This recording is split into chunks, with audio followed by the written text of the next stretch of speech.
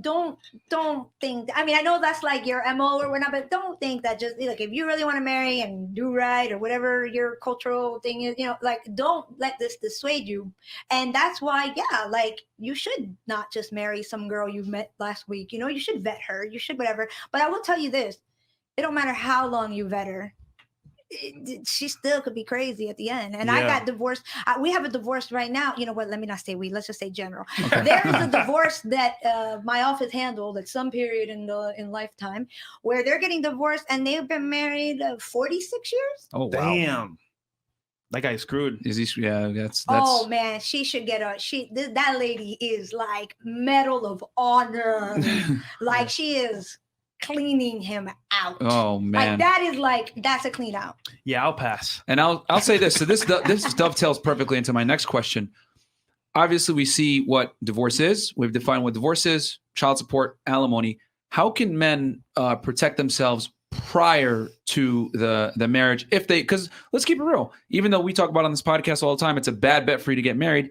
There's guys out there that want to have children. Yeah. And to keep it real, to have a child grow up in the best environment you can, you need a mom and a dad. And I say marriage is a very good way to have that. It's actually one of the few ways I say, if you want to have kids, then maybe get married, but you got to do it safely. How can people navigate that and put themselves in a position where they don't open themselves up to some serious liabilities like we discussed? Right. So obviously, without a doubt, a prenuptial agreement. And I remember last time I was on your show, we didn't address it, but there was somebody in the comments, and I really wanted to address this because I think it's important. They said something like, Dr. Dre's wife said that she got duressed or what, and she's fighting it. In other words, I want to be very clear. I'm never, like I said from the start, I'm not going to BS you. There is no foolproof way except not to get married. Yeah. Which I'm not saying I'm not saying that that's the way, but that is the only foolproof way to ever not have to deal with the possible ramifications and consequences of a divorce. With that being said, Dr. Dre's wife is fighting it. I don't know all the specifics of that case, so we're clear. And it is California law, so I'm sure slightly different than Florida. But with that being said, of course, it's like any other contract, guys. I could always argue duress. I could always say that I was under the influence. I could always have an excuse to get out of a contract. That's what attorneys are for. And this is Dr. Dre. I mean, he's worth a lot of money. If I was her, I'd probably try to fight it too if she got a bad deal there. But so we're clear, typically it should be a smooth sailing. Like if that's what the paper says and the person hopefully goes to an ethical attorney that looks at everything, ask the main questions to the girl or the guy, were you under duress? And everything is no. Like, look, girl. This is prior to the marriage, right? Well, no. Now she's at the divorce table, like at the divorce attorney consultation. Gotcha. And she says, this is our prenup. I from 20 years ago, because they got married in like the 90s. I realize now this is no bueno, right? Especially for those guys who are up and coming and they're getting divorced 10, 15, 20 years later, like a Dr. Dre. That's what happened. They've been married for a long time, is my understanding. Yeah. So, once he got what was it, the Beats by Dre deal? Yeah, made a lot of money. Hello. Sponsored so now by she's Apple. thinking like, wait, what? And let me tell you, there's a solution to that. We want to talk about before the marriage, prenup. Post-marriage. I know you didn't ask me, but I know we're going there too. Once you're in the marriage, let's say during, and post. Yep. Let's say you are that Dr. Dre. Let's say when we got married 10 years ago, you were living it outside of your car, and now you up here, on the beautiful view. And you got money, Well, again, and this is also going to be based on how mature and how good your relationship is, but you could also enter into what's called a post-nuptial agreement, which changes. Let's say whether you have a prenup or not, you can always modify those terms. In fact, not to be TMI, but like my husband and I are going to have to modify our prenup because we weren't partners in the same law firm when we started working. He had his job. I had my own law firm. Our lives have changed since we've been married, and we've talked about it openly. Yes, I get it. We're both attorneys, both divorce attorneys. So I guess it's like nothing to us. It's like, hey, by the way, we got to change the prenup because, our situation has changed. But going back to the vetting, if you don't have that kind of relationship, and I'm not here to give relationship advice, but if you don't have that kind of relationship with your lady, is that really who you want to be with? Yeah. That you can't tell her 10 years from now, look, babe, I love you. I want to make sure you're always taken care of, no matter what, especially if you are the mother of my children. But our situation has changed. Either you making a whole lot of more money. Yeah. Now, what if she became the Instagram model now and she's making, you know, $100,000 a month? Well, she won't hesitate to do that prenup renewal. Exactly. So you during the marriage, you could always enter into either for the first time or modify, if you're already in a prenup, modify those terms, or for the first time do a postnuptial agreement. So we were talking about. Hold on. I want to add something what? else. So I figured out a way, right, to kind of avoid getting married. And Okay. you tell me if this is good or not, right? Because I already been married, so I'm not going on there again. But my thing is, right, what if I found a girl in Colombia? Uh-huh. I have a few, and we're cool, right? And I give her a kid in Colombia, Uh-huh. but then I bring the kid back and forth, like, you know, because the laws are different in Colombia. Mm-hmm. Would me bringing the kid to America every so often, would the same laws apply, or can I just like back and forth and I won't have to worry about child support and that stuff? Excellent question. So at least in the state of Florida, in order for the court to have jurisdiction of that child, the child must live in the state of Florida for at least 6 months preceding the petition date. So unless they live here for at least 6 months, and the woman should probably live here too, but really it's about the child. So just don't keep them here for more than 6 months. There you go. Oh wow. Okay. So we were talking about how man. And by the way, that's not even just in the country. Sorry, I don't mean to, but even if like she's in New York and you don't want her to start action here in Florida because I don't know, maybe our laws are worse or better than another state, just make sure the child's not here for at least 6 months. Otherwise, Oh, there's wow. a big tip right there. Damn, son, where'd you find this? So I'll say this. So we were talking about how men can protect themselves before marriage. It seems to be unanimous with the prenuptial agreement.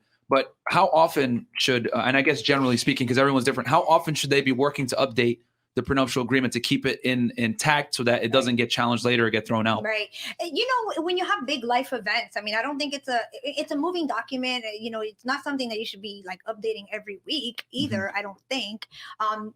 A good prenuptial agreement will have a lot of broad clauses that encompasses, you know, all your assets. So it's not like, oh, all of a sudden I bought this. But if you want something specifically in there, like you just bought a mansion, I don't know, in Key West or something, and you want that, like, yeah, you could include A that raise, a purchase of an asset, exactly. that you should update the prenuptial agreement with life events. You could do that. And I know you wanted to ask me, and I don't know about like before marriage, like Yeah, like just we're in still addition before. to the prenup. Uh-huh. And this I would say go to an asset protection attorney, an attorney that's going to help you protect your assets, because that's another thing that could help too. Mm-hmm. Is if your assets, in fact, my husband and I were talking about it last night because of a case that we have, whether or not, like, if before we get married, like, let's say I just happen to have a trust. Maybe I'm a trust fund baby. Maybe I'm not, but I'm leveled up and I just have everything in trust. Nothing is in my name because I just don't want the liability, or all my properties are in LLCs. Like, you know, like, and by the way, that's the way to go. Like, don't ever buy a property in your own name. Like, why open up an LLC,